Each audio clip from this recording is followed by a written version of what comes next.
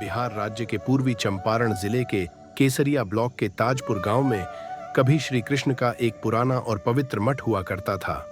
समय के साथ यह मठ खंडर में बदल गया। किसी ने इसकी देखभाल नहीं की और धीरे धीरे मठ टूटता गया। भगवान श्री कृष्ण की मूर्ति एक साधारण टिन शेड में रखी गई थी और वहीं पर पूजा हो रही है।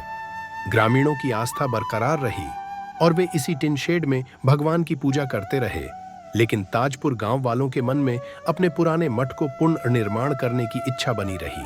तब गांव के लोगों ने राकेश सिंह जी से संपर्क किया और मठ के पुनर्निर्माण की विनती की। इस महत्वपूर्ण कार्य को स्वीकार करते हुए राकेश जी ने न केवल मठ के पुनर्निर्माण पर सहमति जताई, बल्कि एक दूरदर्शी दृष्टिकोण भी प्रस्तुत किया। उन्होंने स्पष्ट किया कि मठ का मुख्य पुजारी वही व्यक्ति होगा जो कर्म से ब्राह्मण हो, केवल जन्म से नहीं। राकेश जी ने इस सोच के पीछे की भावना को भी स्पष्ट किया। उन्होंने कहा कि पुजारी का चयन उसकी सच्ची ज्ञान, धर्मनिष्ठा और कर्तव्य परायणता के आधार पर किया जाएगा, न कि केवल उसके जन्म या परिवार की पृष्ठभूमि पर। यह निर्णय उनके द्वारा प्रस्तुत एक नई सोच और धार्मिकता की गहरी समझ को दर्शाता है, जिसमें मानवीय मूल्यों और आंतरिक गुणों को प्राथमिकता दी जाएगी।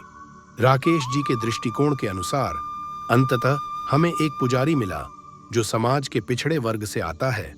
वह अहिरयाग वाला समुदाय से है, लेकिन उसकी भक्ति और ज्ञान ने उसे इस मठ का मुख्य पुजारी बनने के योग्य बना दिया।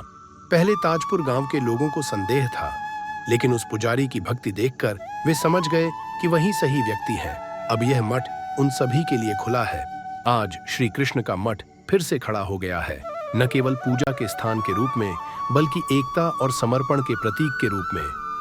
गांव वालों और राकेश जी के नेतृत्व में इस पवित्र स्थान का पुनर्निर्माण हो चुका है और आज हम सबके लिए प्रेरणा और आस्था का केंद्र बन गया है।